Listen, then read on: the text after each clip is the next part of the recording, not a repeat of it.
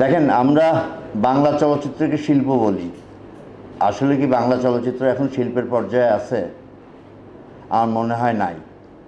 কয়জন প্রযোজক আছে ছবি বানায়, হাতে গুণে বলে দেওয়া সম্ভব। এইটাই কিন্তু এখন সুযোগ পেয়ে গিয়েছে বাইরের প্রযোজকরা।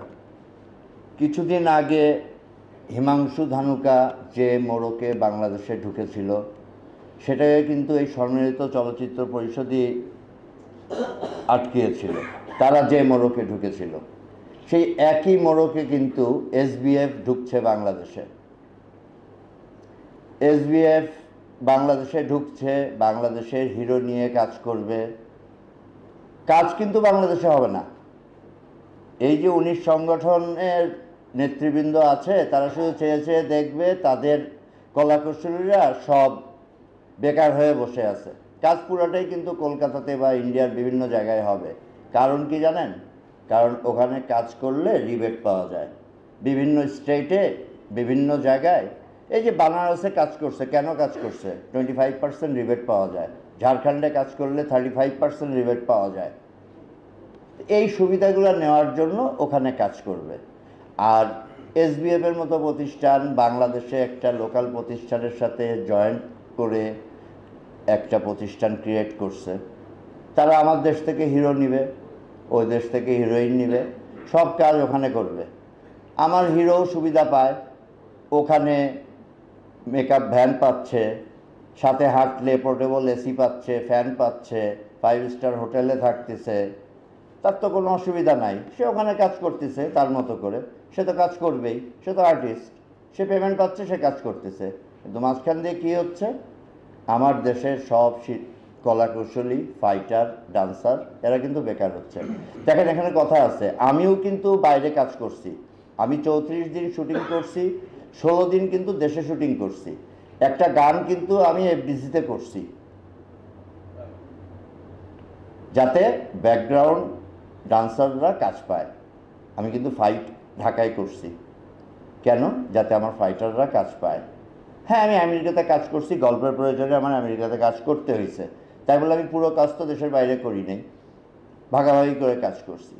এই সমতা বিধান না করে কাজ করা, তার মানে দেশকে ঠকানো, আমার চলচ্চিত্রকে ঠকানো। এই ঠকানোর প্রবণতাটা তৈরি হয়েছে আমাদের নিষ্ক্রিয়তার কারণে। আমরা নিষ্ক্রিয়, আমরা শুধু কথা বলি, কাজ করি না।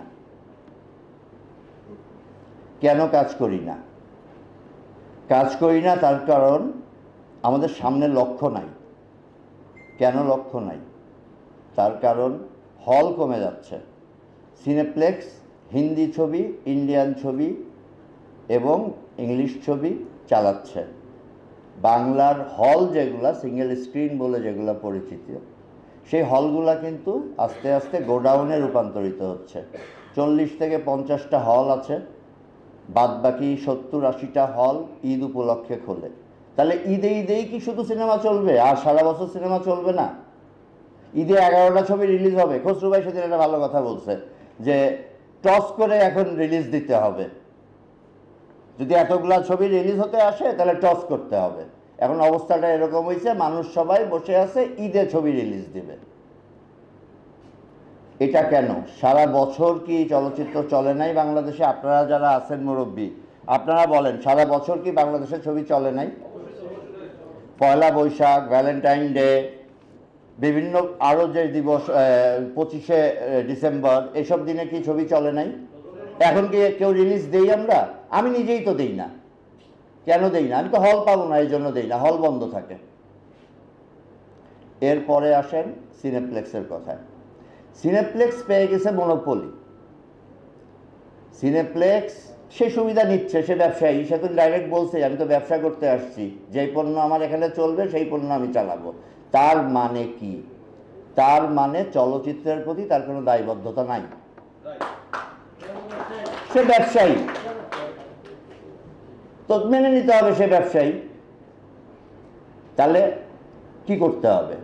আইদার তার সাথে ব্যবসা করতে হবে, সে যে নীতিতে ব্যবসা করতে চায় সেই নীতিতে ব্যবসা করতে হবে, নর তার ওখানে বাংলা চলচ্চিত্র দেওয়া বন্ধ করতে হবে। দেব না আমরা বাংলা চলচ্চিত্র। তা না হলে তার সাথে ব্যবসা করতে হবে। ব্যবসা কেমন করে? সে তো হিন্দি ছবি চললে প্রথম সপ্তাহে 60% দেয়, বাংলা ছবিরে 45% কেন দেয়? এই কোশ্চেন কি কেউ কখনো করছেন? হিন্দি ছবিটা তো 60% দেয়, কেন? বাংলা চলচ্চিত্রের দোষ কোথায়? সে বাংলাদেশের মানুষ, বাংলাদেশের এমপি, জাতীয় সংসদের এমপি, মহান জাতীয় সংসদের এমপি, কিন্তু বাংলা চলচ্চিত্রকে মনে হয় না ভালোবাসে। বাংলা চলচ্চিত্রকে ভালোবাসলে দুটা ছবি বানানোর পরে তৃতীয় ছবিটাও বানাইতো। সে ছবি বানায় না, সে ব্যবসা করে। তো ব্যবসায় যদি করবেন তাইলে এক্সাক্ট ওয়েতে ব্যবসা করেন। ট্যাক্স কাটলে ট্যাক্সের রিসিট দেন, ভ্যাট কাটলে ভ্যাটের রিসিট দেন, সেটাও কিন্তু দেয় না। সে ট্যাক্স কেটে আমাকে চেক দিচ্ছে, সেই চেক আমার অ্যাকাউন্টে জমা হচ্ছে, আমাকে তার এগেনস্টে আবার ট্যাক্স দিতে হচ্ছে। এই উত্তর তার কাছে নাই। কেন? আমরা কখনো কোশ্চেন করছি সম্মিলিতভাবে? ট্যাক্সের সার্টিফিকেট দেন আপনি? আমার আমার আমার সিনেমার টিকিট বিক্রির টাকা থেকে আপনি যে ট্যাক্সটা কর্তন করলেন সেই সার্টিফিকেটটা দেন। আমরা কেউ কোশ্চেন করছি? কোনোদিন কোশ্চেন করি নাই। কেন করি নাই? কারণ আমরা দুর্বল। আমাদেরকে সবল হতে হবে।